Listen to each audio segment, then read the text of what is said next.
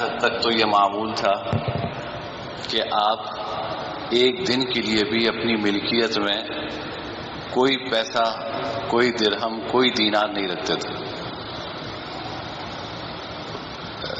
جو کچھ ہوتا تھا اللہ کے راستے میں صدقہ فرما دیا کرتے تھے.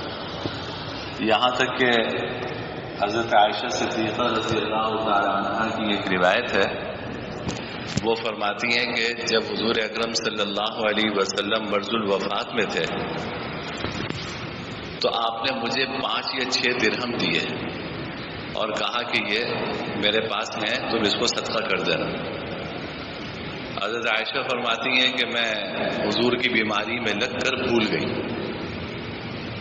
جب طبیعت میں کچھ نشاط پیدا ہوا تو آپ نے حضرت عائشہ سے پوچھا کہ ان پیسوں کا کیا کیا؟ حضرت عائشہ نے فرمایا کہ یا رسول اللہ، میں آپ کی بیماری میں لگ کر وہ صدقہ کرنا بھول گئی. تو آپ نے وہ پیسے منگوائے اور اپنے ہاتھ میں رکھے اور کہا کہ عائشہ، تمہارا کیا خیال ہے کہ اللہ کا نبی اللہ سے جا کر اس طرح ملے گا کہ اس کے پاس یہ پیسے ہوں گے؟ اللہ کا نبی اللہ سے جا کر اس طرح ملے گا کہ اس کے پاس یہ پیسے ہوں گے؟ فوراً صدقہ کروائے. اپنی ذات کی حد تک تو حضور کا یہ معمول تھا کہ کچھ نہیں تھا.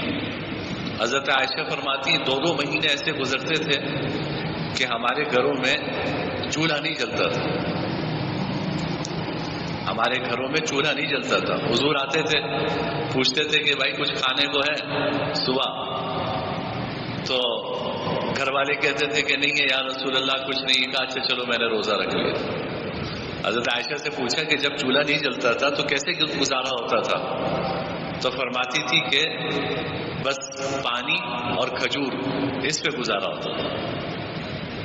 تو حضور نے تو اپنے لیے یہ والی زندگی اختیار فرمائی. یہاں تک کہ جب انتقال ہوا تو آپ کو پتہ ہے بہت سے فرقے جو ہے یہ مسئلہ اٹھاتے ہیں، فدق والا واقعہ اٹھاتے ہیں اور اس پہ روتے پیٹتے ہیں کہ حضرت فاطمہ رضی اللہ تعالی عنہ حضرت ابوبکر صدیق رضی اللہ تعالیٰ عنہ کے پاس حاضر ہوئی اور عرض کیا کہ فدق کا باغ ہے تو اس میں مجھے میراث کا حصہ چاہیے. تو حضرت ابوبکر صدیق رضی اللہ تعالیٰ عنہ نے فرمایا کہ دیکھو، میں نے تمہارے ابا سے یہ حدیث سنی ہے. تمہارے ابا نے فرمایا تھا کہ نحن معاشر الانبیاء لا نرث ولا نورث ما ترکناہ صدقہ. ہم انبیاء کی جماعت نہ کسی کے وارث بنتے ہیں نہ کسی کو اپنا وارث بناتے ہیں. ہم جو کچھ چھوڑ کے جاتے ہیں وہ صدقہ ہوتا ہے. ہم جو کچھ چھوڑتے ہیں وہ صدقہ ہوتا ہے. تو جو کچھ باغات اگر تھے بھی جناب نبی کریم صلی اللہ علیہ وسلم کے پاس تو وہ بھی مسلمانوں کی فلاح و بہبود کے لیے وقف فرما دیے. آپ کی ملکیت میں کچھ نہیں تھا. چنانچہ حضرت فاطمہ رضی اللہ تعالی عنہا کو حضور کی میراث نہیں ملی. اس وجہ سے نہیں ملی کہ کچھ چھوڑ کے نہیں گئے تو کیا ملے. اپنی ذات کی حد تک تو جناب نبی کریم صلی اللہ علیہ وسلم نے یہ اسوہ اختیار کیا. امت کی جہاں تک بات ہے تو آپ نے امت کو اتنا پابند نہیں کیا کہ بھائی جو کچھ ہے صدقہ کر دو. کہیں بس اس میں اختیار دیا ہے کہ اپنی وسعت کی حد تک صدقہ کرو، جتنا کر سکتے ہو کر لو. حضرت سعد بن ابی وقاص رضی اللہ تعالیٰ عنہ حضور کے چہیتے صحابی ہیں، آپ کے ماموں بھی لگتے تھے رشتے میں، اور 4تھے نمبر پہ یعنی بالکل ابتدا میں اسلام لانے والوں میں سے یہ بیمار ہوئے تو انہوں نے حضور عیادت کے لیے تشریف لے گئے. تو انہوں نے عرض کیا کہ یا رسول اللہ، میری تو بس ایک بیٹی ہے. تو اس وقت تک ایک ہی بیٹی تھی اور بچے لڑکے نہیں تھے ان کے. بعد میں اللہ تعالیٰ نے اولاد اور عطا فرمائی. تو میں چاہتا ہوں کہ میں اپنا سارا مال اللہ کے راستے میں صدقہ کر دوں. تو آپ نے فرمایا نہیں. پھر کہا کہ یا رسول اللہ اچھا اجازت دے دیجیے آدھا مال صدقہ کر دوں. آپ نے فرمایا نہیں، اس کی بھی اجازت نہیں ہے. پھر فرمایا کہ اچھا اجازت دے دیجیے کہ 1/3 مال صدقہ کر دوں.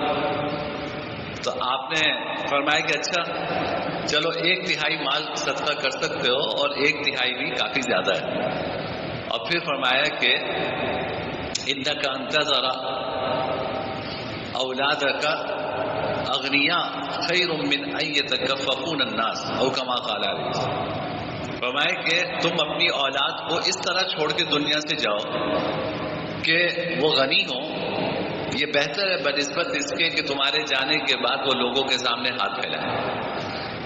یعنی انسان کو اپنی اولاد پہ خرچ کرنا چاہیے اور ان کے لیے کچھ چھوڑ کے جانا چاہیے. یہ نہیں کہ سب کچھ صدقہ کر دے، کہ اپنی اولاد کے لیے اتنا چھوڑ کے جاؤ کہ وہ کسی کے سامنے ہاتھ نہ پھیلائیں، غنی ہوں. یہ بہتر ہے بنسبت اس کے کہ تم اس طرح جاؤ کہ وہ لوگوں کے سامنے ہاتھ پھیلائیں. تو آپ نے فرمایا کہ 1/3 کر سکتے، اور پھر فرمایا کہ شاید اللہ تمہیں عمر عطا فرمائے تو یہ مال تمہارے کام ہے. اس واقعے کے 45 سال بعد حضرت سعد بن ابی وقاص کی وفات ہوئی. یعنی وہ کہتے ہیں کہ حضور نے مجھے پورا مال صدقہ کرنے سے روکا. وہ جانتے تھے، حضرت سعد تو مایوس ہو گئے تھے زندگی سے، تو وہ تو سارا مال صدقہ کرنا چاہتے تھے. حضور نے فرمایا کہ نہیں، 1/3 کے حد تک صدقہ کرو، یہ بھی بہت ہے، اس سے زیادہ نہ کرو. تو 1/3 کا بھی ذکر آتا ہے.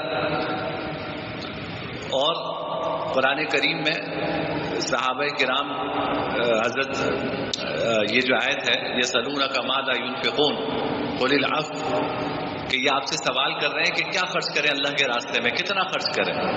قل العفو، تو آپ اس سے کہہ دیجئے کہ جو زائد ہو وہ خرچ کرو. علامہ ابن جریر طبری رحمۃ اللہ علیہ نے لکھا کہ یہ آیت جو نازل ہوئی اس کا پس منظر یہ ہے کہ صحابہ کرام بہت زیادہ خرچ کرنے لگے تھے. گھر والوں کو تکلیف ہونے لگی تھی، پریشانی ہونے لگی تھی. سب کا ایمان ایک درجے کا تو نہیں ہوتا نا. تو یہ آیت نازل ہوئی اور فرمایا کہ سب کچھ خرچ نہ کرو، جو تمہاری ضرورت سے زائد ہے وہ خرچ کرو. یعنی اپنی بیوی بچوں کا جو خرچہ ہے، جو تمہارے اخراجات ہیں وہ پورے کرو، اس کے بعد جو زائد ہے وہ خرچ کرو. اب زائد ہر ایک کے لحاظ سے مختلف ہو سکتا ہے. کسی شخص کے لحاظ سے 100 روپے میں سے 20 روپے اضافی ہو سکتے ہیں، کسی کے لحاظ سے 100 روپے میں سے 10 روپے اضافی ہو سکتے ہیں، کسی کے لحاظ سے 100 روپے میں سے 5 روپے اضافی ہو سکتے ہیں. لیکن انسان کو اپنا جائزہ لے کر ایک معمول بنانا چاہیے. دیکھیں یہ جو ہم جب آتا ہے نا جیب سے نکال کے دے دیے کسی کو، کبھی کہیں خرچ کر دیا، معمول نہیں بناتے. تو اس سے ہوتا ہے کبھی زیادہ خرچ کر دیتے ہیں، کبھی بالکل نہیں کرتے. اگر ہم اپنی زندگی کا ایک روٹین بنا لیں، ایک معمول بنا لیں کہ بھائی مجھے جب تنخواہ ملے گی تو میں اس میں سے 5 روپے الگ کر لوں گا، 100 روپے میں سے 5 روپے، یا 100 روپے میں سے 10 روپے، 5% الگ کر لوں گا، 10% الگ کر لوں گا، اور یہ میں صدقہ کروں گا. اب صدقے کے مصارف کیا ہے، کہاں کہاں خرچ کر سکتے ہیں، وہ میں انشاءاللہ آگے جا کے عرض کروں گا. لیکن انسان کو اپنی زندگی کا ایک معمول بنانا چاہیے، اور آپ اس کی برکتوں کا مشاہدہ اپنی آنکھوں سے کریں گے. جتنی اللہ نے آپ کو ہمت دی ہے، آپ اپنی مہینے کی آمدنی میں سے کچھ پیسے الگ کر کے رکھ لیا کریں. 5 روپے الگ کر لیے 100 روپے میں سے، 100 روپے میں سے 10 روپے الگ کر لیے، 100 روپے میں سے 20 روپے الگ کر لیے.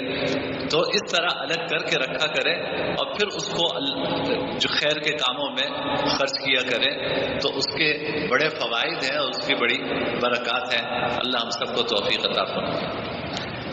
الحمد للہ رب العالمین والعاقبۃ للمتقین والصلاة والسلام علی سید الانبیاء والمرسلین. اللهم لك الحمد لا نحصي ثناء عليك انت كما اثنيت على نفسك. لا اله الا الله الحليم الكريم. سبحان الله رب السماوات السبع ورب العرش العظيم. اللهم انك عفو كريم تحب العفو فاعف عنا يا كريم، فاعف عنا يا كريم. وصلى الله تعالى على خير خلقه محمد وعلى آله وصحبه أجمعين. آمين برحمتك يا أرحم الراحمين.